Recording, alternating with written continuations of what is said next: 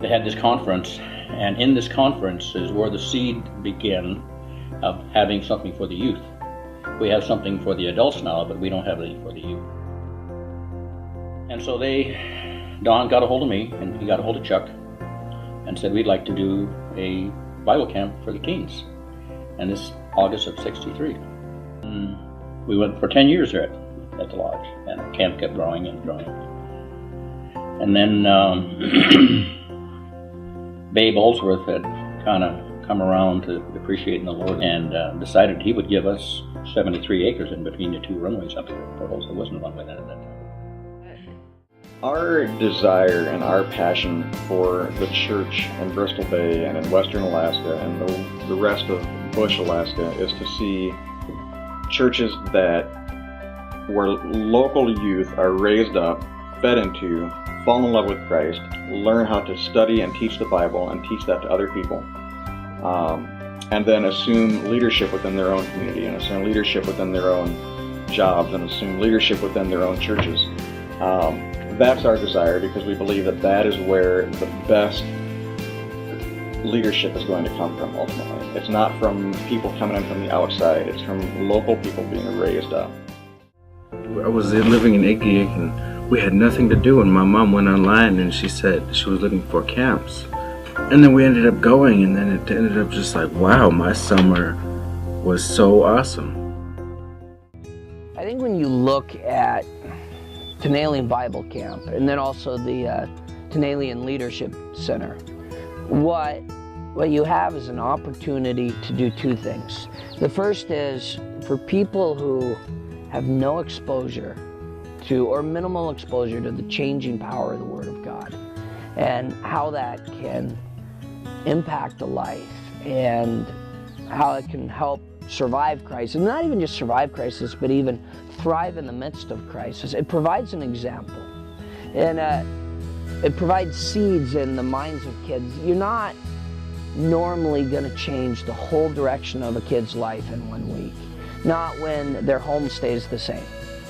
What you're doing is planting seeds, and what I like, especially with the Leadership Center starting now, is that it's another piece to this path of, you know, if a kid comes in and they're a fourth grader and maybe they learn a little bit about God, and they're not really getting it yet, but for a whole year there's this little seed back there going, man, when I went to Tanalian, people were different.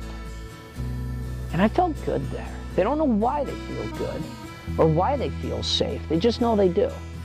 And maybe that happens in 5th grade, and the pieces are coming. And as they keep getting older and older, and that ability to kind of look at the world and go, why is this happening?